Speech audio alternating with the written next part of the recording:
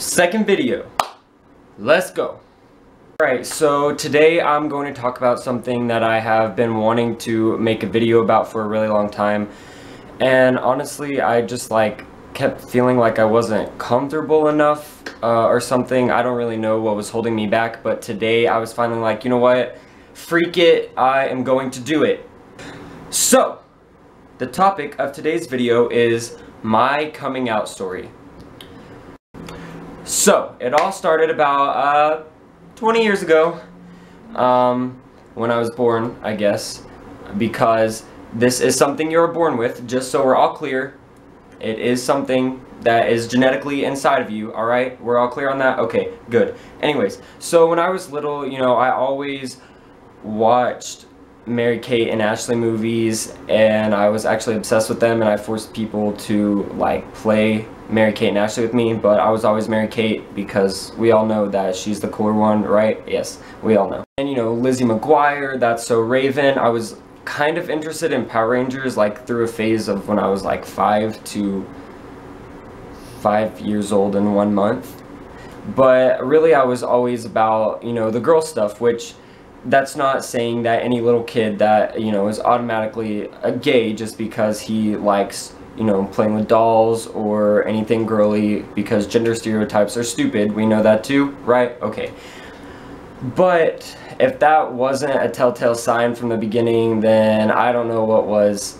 You know, all of my best friends were girls my entire life. I never really had any guy friends. I was never interested in playing sports or playing video games. I've always liked to read. I've been very involved in theater my whole life. I've been very involved in speech and debate. Not to say that any guys who do theater or speech and debate or love to read are gay or anything like that, but the point is that I was just always surrounded by girls my entire life. I never was interested or wanted to really spend time with guys, which is kind of ironic, but I don't know. You know, growing up, people were always like, oh, you're gay because you're interested in theater and this and this and that. And I was like, no, I'm not. And I really didn't think that I was. You know, I guess that I was just pushing something down, which I think is something that is really common for a lot of people that are in the closet go through, especially coming from a small Texas town like mine, where you're judged for literally every single thing that you do and you feel like you can't be yourself, which is really sad, but it's the honest truth. And honestly, I never cared what other people thought about me, and you know, people would be like, oh, faggot, and I'm like, okay, well, yeah, freak you or whatever, because I was comfortable in my own skin. I was successful in high school. I had really good grades. I graduated in the top 10, you know. I felt like I had it made, and I have never cared what other people think about me.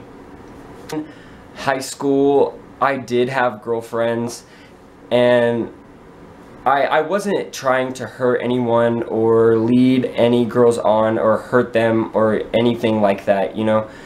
I think that it was just that I felt so close as a brother and sister to a girl that I felt like maybe if we kept spending so much time together that it would just gradually evolve into real feelings. And so that's another reason that I thought that I wasn't gay when I was in high school, because I thought that was natural. I didn't know that you could just, that you would see someone and you could automatically just feel something for them. I thought that it was gradual, and so that's why the thought never even crossed my mind. I just, you know, whether it was because of the fact that I was pushing something down or I was scared. But then I came to college and everything changed for me. I met someone who is now my boyfriend of 1 year and 6 months, and he knew from the beginning. And of course I told him, you know, I'm straight, and he was like, okay, sure you are. And as we spent more time together, the feelings really did click really fast, and that's when I knew that I really was gay. And it didn't take me long to accept it at all. You know, finally he and I had a conversation, and he was like, do you like me? Like, just be honest, because I can't keep pretending that we're friends. I feel way too much for you to do that. And I was like, yeah, I do have feelings for you. And the rest is history. So for about 3 months, I didn't really tell anyone. My very closest friends knew, maybe like 5 people knew. But for the most part, I had accepted it inside. You know, I was like, I'm going to deal with this internally, but I didn't feel like I was ready to tell anyone yet, just because I wanted to experience my own growth before I shared this incredible news with everyone. And so it was really eating me up inside, especially not telling my family. So finally, about the time that I came home for Thanksgiving, it was the first night that I got there, and I just couldn't hold it in anymore, and it was just me and my mom. And I pulled her aside and I told her that I had a boyfriend. And luckily she was so supportive, and she was like, I love you no matter what. It doesn't matter who you love as long as you're comfortable with who you are. And my mom, if y'all know my mom, she doesn't give a freak about what anyone thinks either, okay? So I get that from you, Mom. I love you. I appreciate you. You are bomb diggity. So I guess after I told my mom, I felt this huge weight lifted off of my shoulders, and I felt like I could just be free, you know? And so after that, I told everyone. I did wait a little while longer to make like a coming out post on Facebook, which I think is stupid, but I did it unconventionally. I didn't make like some long status that was like, oh hey, guess what, I'm gay, I'm proud of who I am, because I honestly think, you know, I think that that is helpful for some people, but I also think that you shouldn't have to do that. Like, why does society just expect me to have to make a Facebook post telling everyone that I'm gay? So instead, I posted a picture of me and my boyfriend. I said, me and my boyfriend, blah, blah, blah, blah. And it got, you know, so many comments, so many likes. Oh my gosh, congratulations, I didn't know. So happy for you, so proud of you, way to be who you are. And the overwhelming sense of positivity and support was more than enough validation that I needed, that I did make the right decision by telling people. And I have been so happy, way happier than I was in high school, even though I thought that I was really happy growing up. But I wasn't, I realize now. But now that I feel like I can really be who I am, and I honestly don't care if people like it or not, it's just liberating.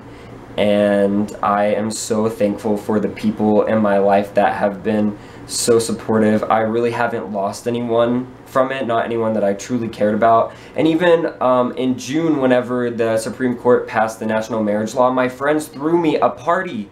Literally, they threw me a party. Who can say that about their friends? I felt so blessed, and that was the moment that I was like, okay, I am fine. Life is good, I'm good, my friends and my family are incredible. Amen. A lot of people that don't want to hear what the LGBTQA community has to say, and what I have to say to that is, get used to it, baby, because we're not going anywhere. Boom! That this video helped some people. Maybe it gave some people that know me that weren't exactly sure about everything that has happened to me since I've come to college.